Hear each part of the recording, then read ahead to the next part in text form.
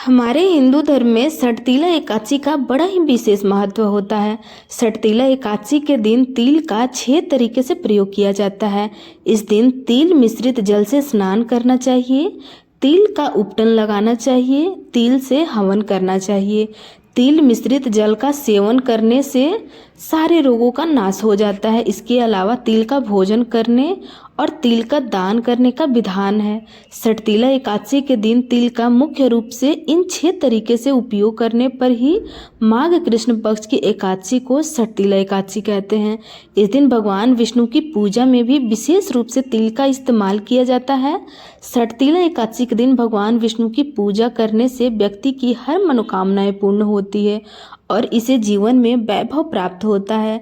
साथ ही सुख, सौभाग्य, धन धान्य में वृद्धि होती है और आरोग्य की प्राप्ति होती है।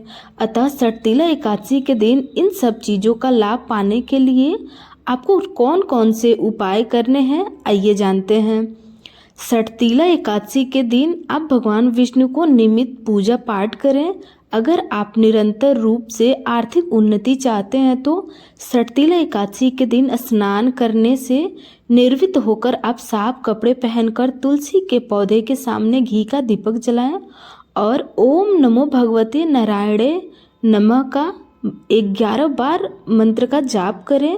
इसके अलावा 11 बार तुलसी के पौधे को प्रणाम करें। सठतीला एकादशी के दिन ऐसा करने से आपकी आर्थिक उन्नति की रफ्तार तेजी से बढ़ने लगेगी।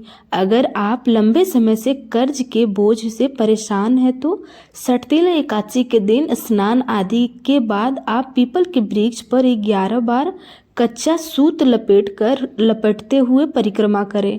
परिक्रमा पूरी होने के बाद पीपल की जड़ में जल अर्पित करें और हाथ जोड़कर कर्ज से जल्दी मुक्ति पाने के लिए प्रार्थना करें।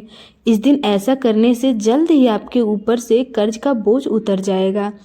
अगर लाख कोशिश करने के बाद भी आपकी आर्थिक स्थिति डामाडोल बनी हुई है तो और आपको धन लाभ नहीं हो पा रहा है तो इस दिन श्री विष्णु के निर्मित सठतीला एकादशी का उपवास रखें और साथ ही पीले रंग के रेशमी कपड़े में 7 हल्दी की गांठें बांधकर केले के पेड़ के नीचे रख आए। सठतीला एकादशी के दिन ऐसा करने से आपकी आर्थिक समस्याओं का हल जल्द ही निकल आएगा। अगर आपके बिजनेस का फ्लो धीमी गति से चल रहा है तो सठतीला एकादशी के दिन श्री विष्णु की पूजा के समय एक पीले रंग का कपड़ा लें। अब उसमें 2 हल्दी की गांठ, 1 चांदी का सिक्का और 1 पीले रंग की कौड़ी रखकर उस कपड़े में गांठ लगाकर पोटली बना दें। अगर आप चांदी का सिक्का रखने में समर्थ नहीं है तो साधारण 1 रुपये का सिक्का उस पोटली में रख दें।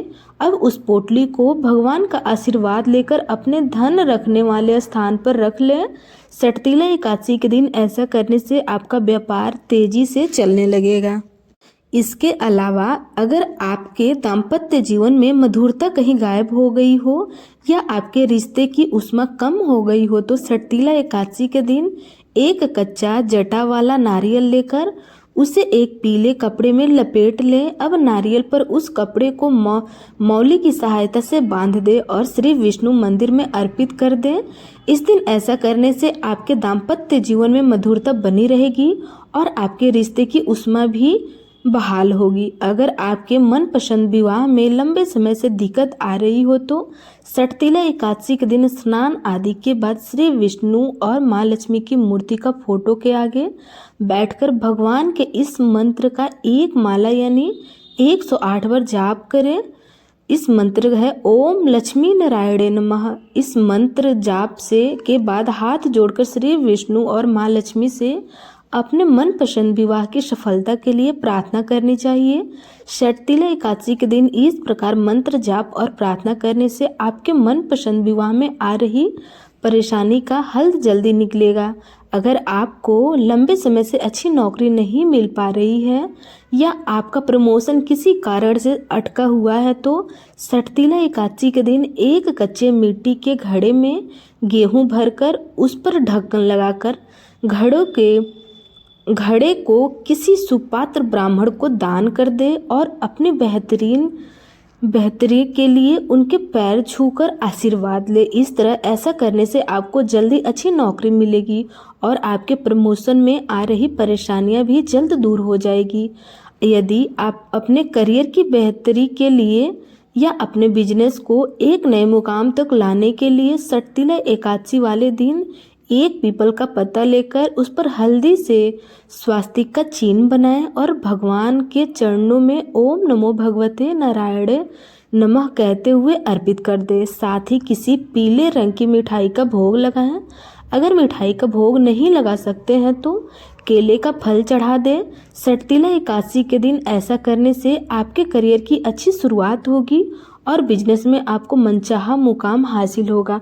यदि आप सटतिला एकादशी के दिन आपके जीवन में एकादशी के दिन इन उपायों को करते हैं तो आपके ऊपर भगवान की कृपा अवश्य बनेगी और उनका आशीर्वाद भी प्राप्त होगा और ईश्वर की कृपा भी बनी रहेगी। तो चलिए मिलते हैं अगले वीडियो में, तब तक के लिए राधे राधे। अगर वीडियो अच्छी लगी हो तो लाइक, कमेंट और चैनल सब्सक्राइब जरूर करें। धन्यवाद।